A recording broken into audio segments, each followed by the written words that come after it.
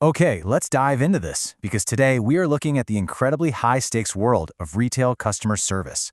Welcome to The Explainer. We're going to unpack some seriously fascinating source material today that honestly completely shifts how we need to view complaints and customer management.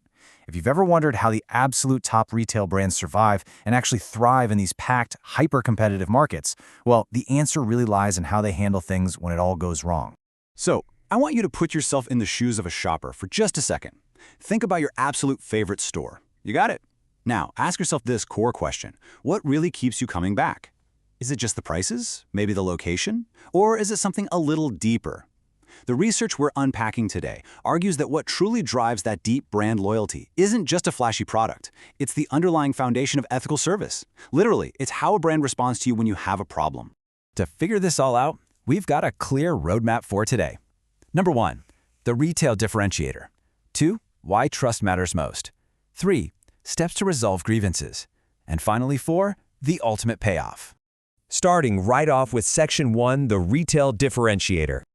You really have to think of modern retail not just as a marketplace, but honestly as a highly competitive battlefield. The source material states it so clearly here. Quote, customer service serves as the most critical differentiator for retailers looking to stay ahead of the competition, end quote. And it goes on to make it clear that ethical practices and efficient grievance resolution are just fundamentally important. We aren't just talking about being polite at the register anymore, folks. We're talking about basic survival. If your customer service isn't grounded in ethical practices, you simply cannot and will not stay ahead. Which brings us to Section 2. Why trust matters most. Now, what's really interesting about this slide is how interconnected all these benefits actually are. If ethical service is the differentiator, trust is the absolute currency that makes the whole machine work. Retail relies so heavily on repeat business, right? A one-time sale doesn't sustain a major retailer. But by implementing fair policies, you earn this absolute trust and loyalty, and that is what secures the repeat business. That good governance then builds a lasting brand image. Why? Because of positive word of mouth. When you drive real satisfaction through fair problem resolution, your customers literally become your marketers. They're going to tell their friends, hey, I had a massive problem there, but wow, they fixed it immediately. And that leads us to a really fascinating comparison. A lot of businesses look at customer service purely defensively. Their main goal is just mitigating negative publicity. Basically, they just want to avoid bad press on social media. But our source material suggests a much, much higher goal here, and that's promoting sustainable, long-term stability. A genuine ethical approach to solving customer problems actually achieves both of these things. You don't just put out fires, you build a fireproof foundation that stabilizes your entire business for years to come. And hey, a stable foundation actually allows you to move so much faster. An ethical foundation fosters this incredible culture of continuous improvement. When your team is laser-focused on doing the right thing for the customer, they are intimately connected to what the customer actually needs, and this helps retailers adapt quickly to sudden market changes. You gain a really distinct competitive advantage because you're learning directly from your customers' grievances, and you're evolving your business in real time based on that exact feedback. But check this out. Here is a totally surprising internal benefit from the source that we absolutely need to highlight. Boosting employee morale. Really think about it. An ethical and transparent working environment doesn't just benefit the people buying your products. It massively impacts your staff. When employees are actually empowered to offer fair, ethical resolutions to angry customers, rather than being forced to, enforce unfair, rigid corporate policies, it leads to highly constructive staff engagement. Happy, supported employees create happy, loyal customers. It's really that simple. All right, Section 3, steps to resolve grievances. So we totally understand the why at this point. Let's move to and see how this builds into the how. This right here is the technical playbook for handling complaints. The source extracts 5 core principles of efficient grievance resolution. We've got treating issues as important, effective process implementation, empathizing, acknowledging mistakes, and providing speedy resolutions. Let's look closely at the very first one. Principle 1 is super straightforward, but man, it is so often violated. Treat all issues as important. Retailers must never, ever minimize a customer's problem.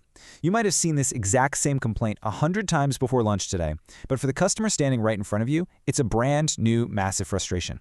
The source really highlights that customers feel deeply respected when even the smallest, seemingly most trivial problems are actively listened to and resolved to their total satisfaction. Respect is absolutely the first step to resolution. Now, once you listen, you actually have to act. Principle 2 is effective process implementation. Because let's face it, customers expect instant responses. Our source material gives this brilliant mini-narrative to illustrate this. Imagine a customer accidentally damages a product while they're inside the store. A well-defined process would be instantly replacing that damaged product without some drawn-out, embarrassing interrogation. Implementing that kind of efficient process significantly minimizes grievances and instantly builds intense loyalty. The customer literally goes from embarrassed and frustrated to completely relieved and devoted to your brand. But, process alone can feel a bit robotic without Principle 3, which is empathizing. This is the emotional side of grievance resolution. Staff should never, ever argue with the customer. Instead, the clear mandate is to listen carefully, ask relevant questions, and really demonstrate that they truly understand the customer's feelings and concerns. It's all about validating their experience. Often, a customer just wants to know that they've been heard and understood before a solution is even put on the table. And what if your brand actually messed up? Well, that takes us to Principle 4, acknowledging mistakes. Readily accepting errors and genuinely working to fix them shows a super sincere approach. Customers deeply appreciate honesty. They know businesses are run by humans, and humans make mistakes, right? When a retailer throws their hands up and says, you know what, we got this wrong, let's make it right, it paradoxically reinforces the retailer's brand reputation. It proves your integrity is real, and ultimately it just cements that customer's trust in you. Finally, Principle 5 wraps the whole process up, providing speedy resolutions. Customers with grievances almost always expect rapid solutions. Time is completely of the essence here. To achieve this, the source really stresses that customer service agents must be thoroughly trained on established Standard Operating Procedures, or SOPs. This empowers them to manage tense situations efficiently and rapidly. An agent shouldn't have to call a manager for every little issue. The SOP should give them the absolute power to resolve the grievance right there on the spot. Moving on to our final section, Section 4, the ultimate payoff. We've seen the why and the how, but what is the actual final result of all this work? So the crucial point is that this all creates a massive ripple effect. Resolving a grievance efficiently isn't just about saving one single sale. One ethical resolution ripples outward. It builds immediate customer trust, it enhances the morale of the employee who actually felt empowered to help, it turns that customer into a highly vocal advocate for your brand, and ultimately, it secures the long-term stability of the entire retail operation. Ethical service creates a culture of continuous improvement that elevates literally everyone involved. Which leaves us with this final, truly provocative thought based on everything we've analyzed today.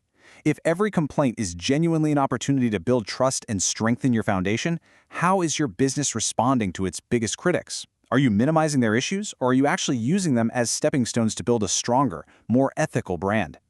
Thanks so much for joining me on this explainer today. I highly encourage you to look at your own processes and see exactly where you can start implementing these incredible principles right now.